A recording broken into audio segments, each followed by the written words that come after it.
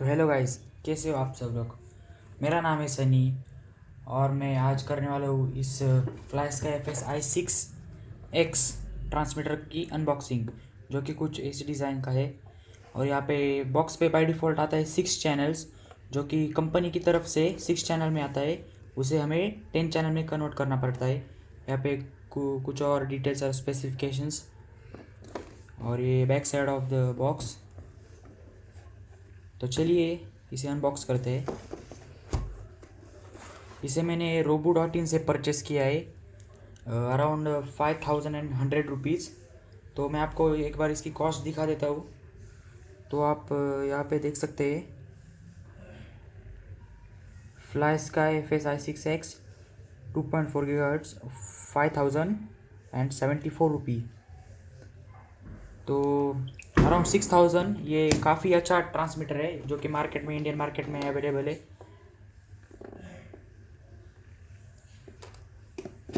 तो सबसे पहले हम इस बॉक्स खोलते हैं। तो कुछ इस तरीके से इसकी पैकिंग आती है कंपनी की तरफ से। तो बॉक्स के अंदर, चलिए इस बॉक्स को सबसे पहले साइड में रखते हैं। बॉक्स के अंदर सबसे पहले हमें मिलता है ये मैनुअल, जो कि हमें ट्रांसमीटर और रिसीवर के बारे में डिटेल्स बताता है। यहाँ पे कुछ ट्रांसमीटर के लेआउट्स।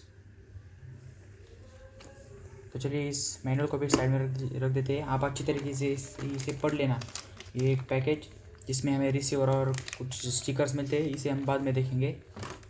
और फिर से एक डाटा केबल, जो कि हमारे ट्रांसमीटर को पीसी से लिंक करती है, जो कि सिमुलेटर और वो कुछ प्रोग्रामिंग्स के लिए काफ़ी इम्पोर्टेंट होती है। तो ये रहा हमारा ट्रांसमीटर।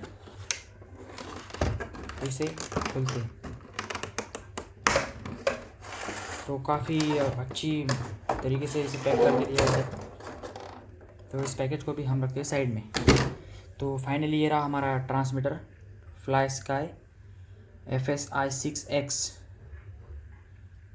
तो ये अभी है तो फ़िलहाल नया है, लेकिन मैंने इसे साइड से कवरिंग वगैरह की है, जो कि रेडियम से कवर किया है। वो काफ़ी अच्छा लुक देता है इसको। और पीछे की साइड से कुछ मॉडिफिकेशंस किए। पीछे की साइड से यहाँ पे मैंने एक पावर बैंक मॉड्यूल और लिथियम आयरन के सेल्स यूज़ किए हैं, जो हमारे इस ट्रांसमीटर को पावर सप्लाई देते हैं। ये 4.2 वोल्ट के लिथियम आयरन सेल्स है, जो कि सप्लाई इस पावर बैंक मॉड्यूल को देते हैं। और ये पावर बैंक मॉड्यूल 3.7 या फिर 4.2 वोल्ट से 5 वोल्ट तक वोल्टेज बूस्टअप करता है। और ये आउटपुट मैंने इस ट्रांसमीटर में यहाँ पे जो हमारे बैटरी कनेक्शन है वहाँ पे दे दिया है। तो आप यहाँ पे देख सकते हैं, नेगेटिव टर्मिनल को ब्लैक वायर और पॉजिटिव टर्मिनल को रेड वायर। तो कुछ इस तरीके से मैंने कनेक्शन किया है। काफ़ी सिंपल है, आप आराम से ये घर पे कर सकते हैं। ये एक जो बैटरी का जैक, जो कि चार्जिंग जैक है। मैं इसे चार्जर से चार्ज करता हूँ इस बैटरी को, और फिर चार्ज होने के बाद इसे सिंपली इस पावर बैंक मॉड्यूल में प्लग इन करता हूँ, जो हमारे ट्रांसमीटर को पावर सप्लाई देता है। तो यहाँ पे भी मैंने कुछ रेडियम स्टिकर्स का यूज़ किया है। यहाँ पे वो काफ़ी अच्छी डिज़ाइन लगती है जब हम इसमें कुछ मॉडिफिकेशन करते हैं रेडियम स्टिकर्स के। तो चलिए नज़दीक से देखते हैं और सिस्टम को स्टार्ट करते हैं फ्लाई स्काई के, जो कैसा लगता है। तो अभी मैंने कैमरे की पोजीशन सेट कर ली, और बैटरी के लगाने के बाद ये कुछ इस पोजीशन में सेट हो जाता है, जो कि हमारे ट्रांसमीटर के पोजीशन को भी सेफ रखता है। तो सिंपली इस तरीके से हम ट्रांसमीटर को रख सकते हैं। यहाँ पे इस ट्रांसमीटर के गिम्बल्स, जो कि काफ़ी स्मूथ है मोशन में, और ये बहुत ही अच्छा क्वालिटी का ट्रांसमीटर है। यहाँ पे एक हुक दिया है, जो हम बेल्ट की मदद से इसे अटैच कर सकते हैं। ये हमारा मेन डिस्प्ले। यहाँ पे कुछ प्रोग्रामिंग स्विचेस, ये थ्रॉटल स्टिक, ये स्विचेस, और ये सब चैनल है स्विचेस, और ये सब कंबाइन सब चैनल्स है। जब हम इसे अपग्रेड कर रहे थे तो ये 10 चैनल का हो जाता है, लेकिन बाय डिफ़ॉल्ट कंपनी से ये 6 चैनल आता है। Fly sky FS-i6, fly sky FS-i6 और FS-i6X ये काफ़ी सिमिलर ट्रांसमीटर है, सिर्फ FSI 6 में फर्मवेयर अपडेट आता है और ये फुल्ली फंक्शनल 10 चैनल में हमें रिसीव होता है पैकेज। तो जब हम इसे स्विच ऑन करते हैं तो कुछ इस तरीके से इस ट्रांसमीटर का डिस्प्ले हमें दिखाई देता है। तो ये रहा हमारा थ्रोटल, ये प्रोग्रामिंग स्विचेस और ये बाइंड की, जो कि काफ़ी इम्पोर्टेंट है हमारे ये रिसीवर से बाइंड करने के लिए। तो चलिए अब हम ये वाले पैकेज को देखते हैं।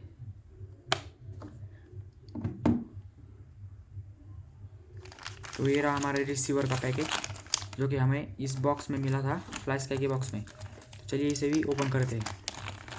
तो सबसे पहले हम रिसीवर को बाहर निकालते हैं। उसके बाद एक और कुछ ये स्टिकर्स है जो हमें रिसीवर के साथ, ट्रांसमीटर के साथ मिलते हैं। सपोज़ हमें ये स्विचेस के नंबर को चेंज करना है। यहाँ पे लिखा है स्विच A, यहाँ पे switch B, switch C and switch D। Suppose हमें इसके नेम में चेंजेस करने हैं तो हम ये स्टिकर यूज़ करके उसके नेम को चेंजेस कर सकते हैं। आप देख सकते हैं यहाँ पे लिखा है switch A, switch B, switch C and switch D। तो आप जैसा चाहे आप इसे मॉडिफाई कर सकते हैं। तो ये स्टिकर वगैरह से काफ़ी अच्छा लुक आता है इसमें। ये यहाँ पे डिस्प्ले का थोड़ा सा पेपर, क्या उसको स्क्रीन गार्ड बोलते हैं, वो स्क्रीन गार्ड थोड़ा सा निकल गया था, तो मैंने सिलर टेप की मदद से इसे अटैच कर लिया है। तो चलिए देखते हैं रिसीवर को। तो ये है FSI A10B receiver, 2.4 GHz 10 channel receiver. ये 2A टेक्नोलॉजी का है, यानी कि FlySky का latest technology of receiver and transmitter.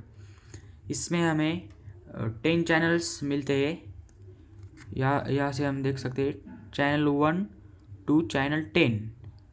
और ये रिसीवर iBus कनेक्शन को भी सपोर्ट करता है, PPM को भी सपोर्ट करता है। यहाँ पे इसकी पिन डायग्राम है। फर्स्ट वायर मतलब कि ये ऊपर वाली पिन जो सिग्नल की है, मिडल वाली पॉजिटिव और लास्ट वाली नेगेटिव। तो हमेशा जब भी हम ESC या फिर सर्वो की लीड यहाँ पे कनेक्ट करते हैं तो हमें इसका ध्यान रखना है कि सिग्नल की केबल ऊपर ही आनी चाहिए, जो कि कुछ इस तरीके से होती है सिग्नल की केबल। मेरे केस में यहाँ पे वाइट कलर की सिग्नल केबल है, कुछ ESCs में ये येलो भी होती है। तो हमें ये ध्यान में रखना है कि इसका वाइट साइड हमेशा वाइट या येलो साइड ऊपर रहे। और इस रिसीवर के बाद इसमें ड्यूअल एंटीना आता है। रिसीवर के बाद ये आता है ये बाइंड केबल, जो कि बहुत ही इंपॉर्टेंट है हमारे ट्रांसमीटर को बाइंड करने के लिए रिसीवर के साथ। और दूसरे पैकेज में आता है ये कनेक्शन कॉर्ड, जो ये वाली पिन हमारे ट्रांसमीटर के इस ट्रेनर पोर्ट में जाती है, जो कि हमारे PC के साथ लिंक करके हम कुछ भी फंक्शंस परफॉर्म कर सकते हैं। तो चलिए इसे साइड में रखते हैं और ट्रांसमीटर का कुछ प्रोग्राम्स देख लेते हैं। तो ये रहा हमारा ट्रांसमीटर। इस जब हमारे ट्रांसमीटर कोई भी स्विच ऊपर या फिर गलत पोजीशन में हो, तो जब हम इस ट्रांसमीटर को स्विच ऑन करते हैं तो ये ऐसा वार्निंग जैसा दिखाता है, please place all switches in their up position and lower then the throttle. So जब हम इसे एट 0 लेवल पे थ्रोटल करते और इस स्विच को उसके मेन पोजीशन पे लेके जाते तभी ट्रांसमीटर ऑन होता है, जो कि काफ़ी अच्छा सेफ्टी मेजरमेंट लिया है जो FlySky ने, जो कि हमारे रिसीवर को डायरेक्ट सिग्नल से बचाता है।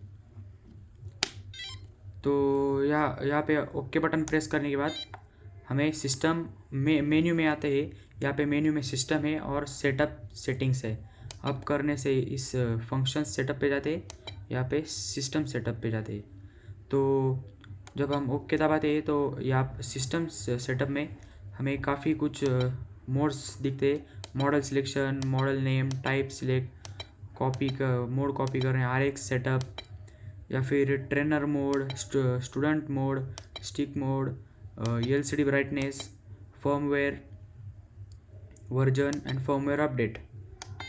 और फंक्शन सेटअप में जब हम ओके दबाते हैं तो चैनल को हम रिवर्स कर सकते हैं। सपोज़ ये वाला चैनल हमारा फॉरवर्ड डायरेक्शन में है, तो यहाँ पे जाके चैनल नंबर 3 को हम रिवर्स कर सकते हैं, तो हमारा मोटर का डायरेक्शन चेंज हो जाएगा। तो कुछ इस तरीके से। और ये सेटिंग सेव करने के लिए कैंसिल बटन दबा के रखना है। जब आप एक सिंगल बीप सुनेंगे तब आपकी सेटिंग्स सेव हो जाती है। तो यहाँ पे एंड पॉइंट्स है जो हमारे थ्रोटल स्टिक्स है उनका एंड पॉइंट्स डिफाइन करने के लिए होता है।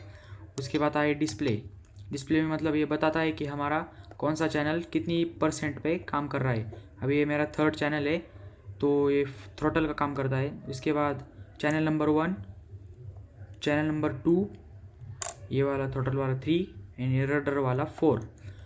मैंने यहाँ पे 10 चैनल सिलेक्ट किए, इसलिए मेरा 6 चैनल और 7 सारे फंक्शंस करता है। तो मैंने 6 और 7 चैनल को इस स्विचेस में इस वाली वेरिएबल पोटेंशियोमीटर में सेट किया है। जब भी हम इसे इधर करते हैं तो चैनल नंबर 6 का सिग्नल चेंज हो जाता है। तो ये भी 5 वाला, ये वाला 5 है, 5 चैनल, 5th चैनल, और ये वाला 6th चैनल है। और जब हम डाउन बटन प्रेस करते हैं तो चैनल नंबर 7, चैनल नंबर 8, ये वाला 9 और ये वाला 10। तो जब बाय डिफ़ॉल्ट ये 6 चैनल में आता है तो हमें इसे 10 चैनल में कन्वर्ट कर लेना पड़ता है। तो चलिए आपको मैं 10 चैनल में कैसे कन्वर्ट करना है वो सबसे पहले बता देता हूँ।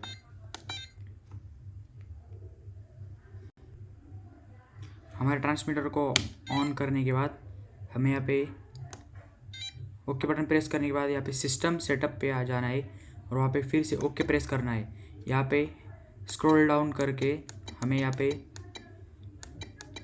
फर्मवेयर अपडेट के बाद ऑक्सिलरी स्विचेस दिखाई देगा ये फंक्शन, तो हमें यहाँ पे ओके दबाना है। तो यहाँ पे switch A, switch B, switch D, switch C, VRA, VRB ये सब ऑफ दिखेंगे, तो हमें इसे सिंपली ऑन कर देना है। ऑन ऑन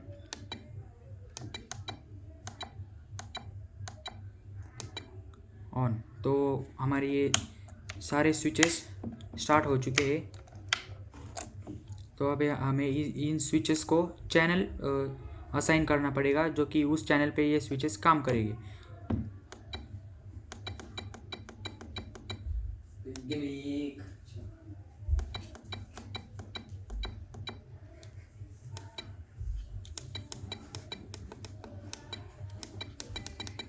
और हाँ, यहाँ पे चैनल बाय डिफ़ॉल्ट 6 आते हैं, तो हमें इसे अप टू 10 चैनल में कन्वर्ट कर लेना है। यहाँ पे फाइनल 10 चैनल्स है और ये सब सेटिंग्स सेव करने के लिए हमें कैंसिल बटन प्रेस करना है। ये स्विचेस सब ऑन करने के बाद चैनल 10 सेट करने के बाद हमें ये कैंसिल बटन दबा देना है। उसके बाद फिर से बैक जाना है। तो हमारे 10 चैनल्स एक्टिवेट हो चुके हैं। तो फिर से हमें ओके दबा के रखना है। फिर सिस्टम सेटअप में जाना है। यहाँ पे फिर से हमें ऑक्सिलरी स्विचेस पे ओके दबाना है। तो यहाँ पे आप सेटिंग्स सेव हो चुकी है। यहाँ पे आप क्लियरली देख सकते हैं 10 चैनल्स एक्टिवेटेड और ऑल स्विचेस आर एक्टिवेटेड। सो फिर से बैक जाके अभी हमें इस सेटअप पे जाना है, फंक्शन सेटअप पे। तो फिर से एक बार ओके दबाने के बाद यहाँ पे सब कुछ आपको नए फंक्शन दिखेंगे। तो यहाँ पे रिवर्स, एंड पॉइंट, डिस्प्ले। तो हमें ऑक्सिलरी चैनल्स पे जाना है जो कि हमारे 10 चैनल को एक्टिवेट करता है। मतलब 10 चैनल तो एक्टिवेट हो चुके हैं, अभी हमें ये वाले स्विचेस को चैनल असाइन करना है जो कि उस चैनल पे ये स्विचेस काम करेंगे। तो ऑक्स स्विच चैनल्स पे हमें ओके दबाना है। तो अभी चैनल 5, तो हम ये वाला चैनल 5 रखेंगे। तो कंपनी के बाय डिफ़ॉल्ट ये चैनल 5 VRA पे आता है, जो हमारा ये है VRA।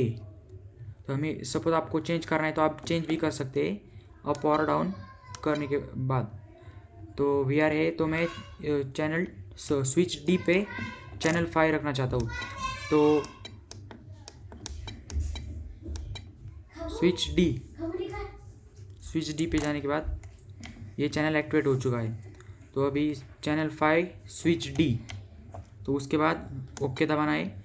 Channel 6 switch C, switch C, तो फिर से ओके दबाने के बाद चैनल 7, अब हम चैनल 7 ये रख सकते हैं या फिर आप ये भी रख सकते हो।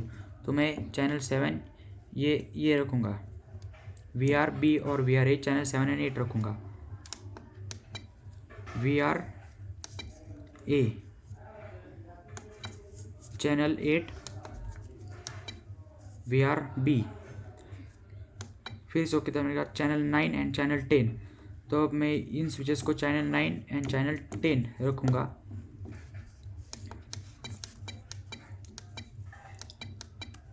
Switch A, switch B, channel 9, channel 10 switch D,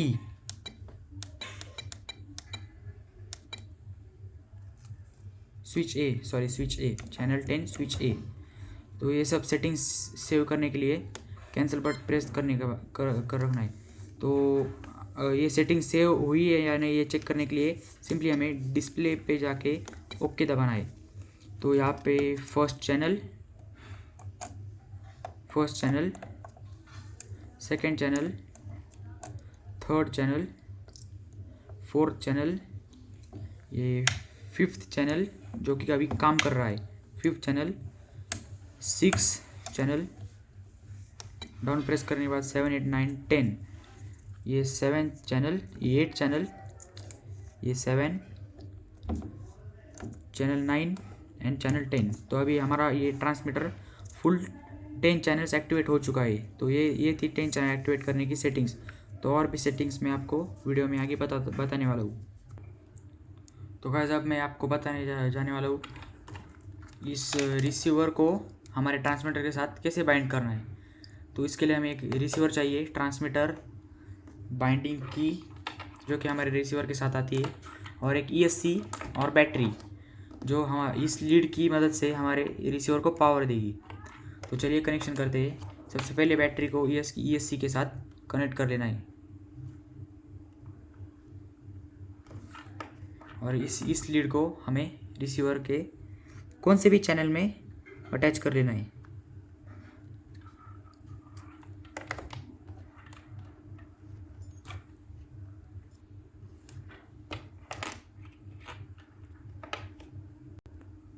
ESC और बैटरी का कनेक्शन हो चुका है। अभी ये इस लीड को हम सिग्नल की पिन को अपर मोस्ट साइड में प्लग इन कर देंगे। तो यहाँ पे LED ब्लिंक होता दिखाई देगा जो कि हमारे ट्रांसमीटर के साथ अभी बाइंड नहीं है। तो सबसे पहले इस लीड को निकाले। बाइंड की इस वाले सबसे ऊपर वाला जो आता है पिन, उस पिन के अंदर हमें बाइंड की को अटैच कर देना है कुछ इस तरीके से। और फिर हमारे ट्रांसमीटर को स्विच ऑन करना है। हाँ, याद रहिए ये बाइंड की दबा के हमें हमारे ट्रांसमीटर को ऑन करना है। यहाँ पे लिखा आएगा RX बाइंडिंग, मतलब कि ये ट्रांसमीटर अभी बाइंडिंग मोड में चला गया है। तो ये बाइंड की लगाने के बाद हमें इस रिसीवर को ESC की पिन से पावर देना है। तो देखिए ट्रांसमीटर में सिग्नल आ चुके हैं, signal channel 10 and input voltage 5.73 volts, मतलब कि ये रिसीवर वोल्टेज भी ट्रांसमीटर को ट्रांसमिट करता है और डिस्प्ले पे दिखाता है हमें। तो अभी बाइंडिंग प्रोसेस पूरी हो चुकी है। तो चलिए अभी हम टेस्ट करते हैं ट्रांसमीटर कैसे काम करता है इसके साथ। तो सबसे पहले हमें कुछ ये सर्वो मोटर्स लेने हैं।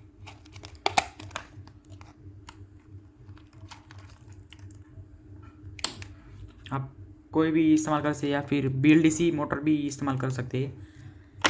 तो ये सर्वो की जो येलो वाली वायर होती है वो सिग्नल वायर होती है जिसे हमें सबसे अपर मोस्ट साइड में रखना है। आप कौन से भी चैनल में इसे प्लग इन कर सकते हो। देखिए अभी मेरी सर्वो रिसीवर के साथ कनेक्ट हो चुकी है और रिसीवर ट्रांसमीटर के साथ कनेक्ट हो चुका है। तो अभी देखिए जैसे मैं इस गिम्बल स्टिक को मूव करता हूँ सर्वो भी काम करती है, मतलब हमारा रिसीवर ट्रांसमीटर के साथ सक्सेसफुली बाइंड हो चुका है। तो चलिए एक और बात दोस्तों, हमें फ्लाई स्काई की तरफ से एक बहुत ही अच्छा फंक्शन मिलता है। जब भी हमारा रिसीवर रेंज के बाहर या फिर रिसीवर का पावर डाउन हो जाता है या फिर रेंज कनेक्शन के बाहर हमारे रिसीवर ट्रांसमीटर से बहुत दूर चला जाता है, तब ऑटोमेटिकली इसका कनेक्शन लॉस होने के बाद ये रिसीवर फेल सेफ मोड में चला जाता है और हमें ट्रांसमीटर बज़र की मदद से बीप करके बताता है कि रिसीवर का कनेक्शन लॉस्ट हो चुका है। तो आपको मैं दिखाता हूँ, जब हम पावर सप्लाई कट करते हैं तो एलईडी बंद हो जाता है और ट्रांसमीटर हमें एरर दिखाता है और यहाँ पे रिसीवर का इनपुट जो कि नहीं दिखता है। इसका मतलब हमारा रिसीवर ट्रांसमीटर के सिग्नल के बाहर चला गया है। तो दोस्तों इंटरनेट पे काफ़ी मैंने भी रिसर्च किया कि एक्चुअल रेंज टेस्ट क्या है फ्लाई स्काई FSI 6X का, तो मुझे कहीं भी कुछ भी इन्फॉर्मेशन नहीं मिली। तो स्पेशली आप सब लोगों के लिए मैं इस वीडियो में बताने वाला हूँ कि इसकी एक्चुअल रेंज क्या है। बताने वाला मतलब आपको एक्चुअल में इसका वीडियो दिखाने वाला हूँ कि कितना ये रेंज देता है हमारा ट्रांसमीटर और रिसीवर। कुछ लोग कहते हैं कि ये something around 1 kilometre to 2 kilometre range देता है। तो चलिए वीडियो में आगे देखते हैं कि एक्चुअल में ये कितना रेंज देता है। तो सबसे पहले जाते हैं ग्राउंड पे। तो गाइस अभी हम लोकेशन पे आ चुके हैं। हमें कोई ग्राउंड नहीं मिला, लेकिन ये काफ़ी एक लंबा रास्ता है, शायद 1 डेढ़ 2 किलोमीटर होगा। तो चलिए यहाँ पे हम रेंज टेस्ट करते हैं। तो बेसिकली मैंने ये सेटअप कर लिया है, हमारा रिसीवर इस राइटिंग बोर्ड पे अटैच करके यहाँ पे ESC की लीड रिसीवर को पावर देने के लिए और ये बैटरी रिसीवर को पावर देने के लिए। तो चलिए फटाफट से कनेक्शन कर लेते हैं। तो गाइस ESC और रिसीवर का कनेक्शन हो चुका है। यहाँ पे आप देख सकते हैं LED ब्लिंक होने लगा है, मतलब कि ESC को पावर जा चुका है। तो ये सबसे बेसिक काम है जो कि रिसीवर के जो एंटीना होते हैं उन्हें 90 डिग्री या फिर 180 डिग्री में अटैच करना है। उससे हमारे रिसीवर की रेंज काफ़ी ज़्यादा बढ़ जाती है। ये कंपनी के मैनुअल में लिखा होता है या फिर आप कहीं भी इंटरनेट पे पढ़ सकते हैं। जब आप इस रिसीवर के एंटीना को 90 डिग्री या फिर 180 डिग्री में लगाती है तो इसकी जो रेंज होती है वो काफ़ी एक्सटेंड हो जाती है। तो चलिए एक्चुअल रेंज टेस्ट को स्टार्ट करते हैं। तो ये रहा हमारा ट्रांसमीटर। देखिए ट्रांसमीटर कनेक्ट हो चुका है। यहाँ पे ट्रांसमीटर का वोल्टेज दिखा रहा है रिसीवर का। तो यहाँ पे रिसीवर का लाइट भी सॉलिड हो चुका है। तो अब हमारा ये छोटा भाई ये ऐसे पकड़ के रखेगा, ऐसा पकड़ो, ऐसा ऐसा पकड़ के रखना। यहाँ से सिग्नल जाएगा, हम उस तरफ जाएंगे। तो चलिए मतलब गाड़ी को स्टार्ट करते हैं। तो गाइस सब सेटअप हो चुका है। छोटा भाई यहाँ पे खड़ा रहने वाला है। हम दोनों ये ट्रांसमीटर लेके बाइक पे बैठ के काफ़ी दूर तक चले जाते हैं। जब तक ये रिसीवर का सिग्नल लॉस्ट नहीं हो जाता तब तक हम बाइक कंटिन्यू करेंगे। तो ये लो पकड़ो भाई, कहाँ पे खड़ा रहूं? वहाँ पे रहो, ये डिस्प्ले दिखना चाहिए। हाथ में पकड़ इसको, टिक से दिखा अभी। हाँ करो बाइक स्टार्ट, तो सीधा यहाँ पे खड़ा रहे। अबे गाड़ी का आवाज बहुत होता है।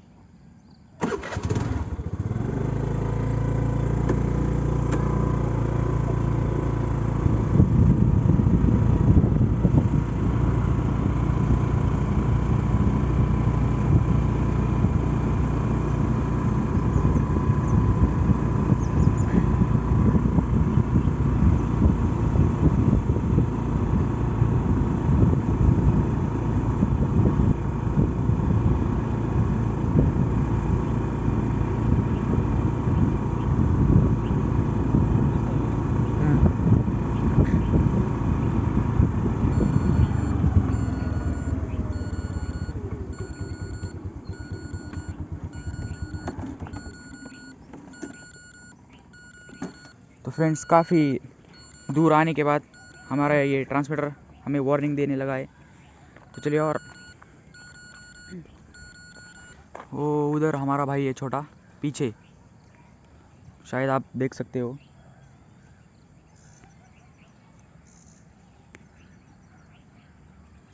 तो चलिए और भी आगे जाते हैं और देखते हैं कहाँ तक रेंज है। जब तक इसकी रेंज बहुत मतलब कनेक्शन थोड़ा सा कम होने जाता, ये काफ़ी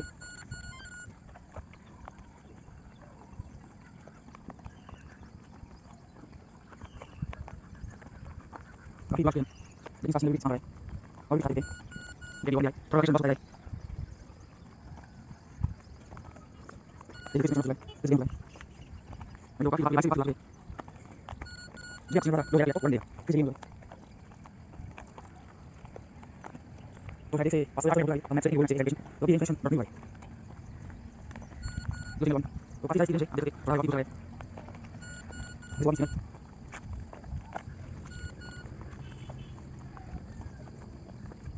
काफ़ी सारी चीज़ें और भी देखते हैं नहीं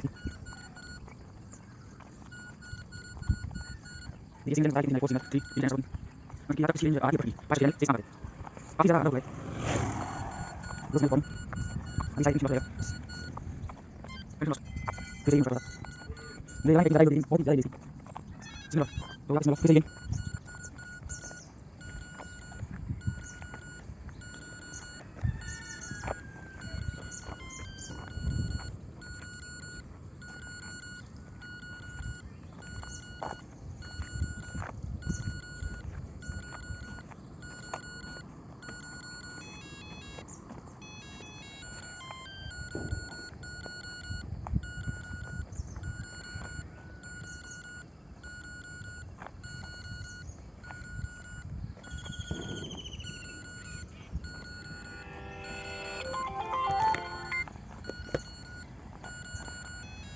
सिग्नल यहाँ पे लॉस्ट हो चुका है, फिर से रीगेन सिग्नल लॉस्ट। तो ये हमारा एक्चुअल इसकी रेंज लोकेशन है।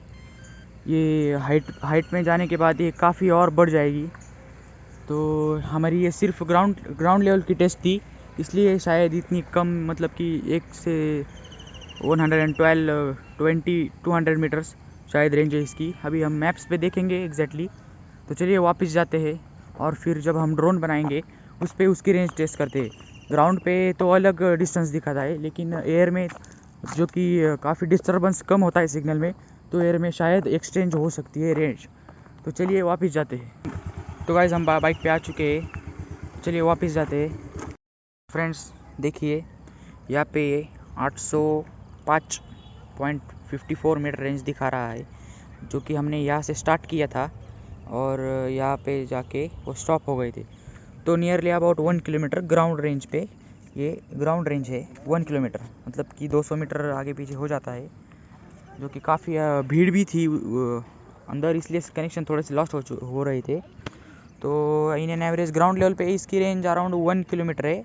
ये एरिया पे डिपेंड करता है कि आपका एरिया कैसा है, यहाँ पे सिग्नल की कोई और दूसरे सिग्नल फ्रीक्वेंसी है जो कनेक्शन को डिस्टर्ब करते हैं या नहीं। तो एक्चुअल में एयर में तो कोई ज़्यादा ये नहीं होता, कनेक्शन में कोई प्रॉब्लम नहीं आता, इसलिए ये आराम से 1.5 से 2 किलोमीटर तक जा सकता है। तो वो भी रेंज टेस्ट हम करेंगे। तो पहले ये रेंज टेस्ट हो गई, तो अभी इसमें इसका रिज़ल्ट अराउंड 805 मीटर दिखा रहा है, मतलब कि नियरली अबाउट 1 किलोमीटर। तो ग्राउंड पे तो ये 1 किलोमीटर जाता है।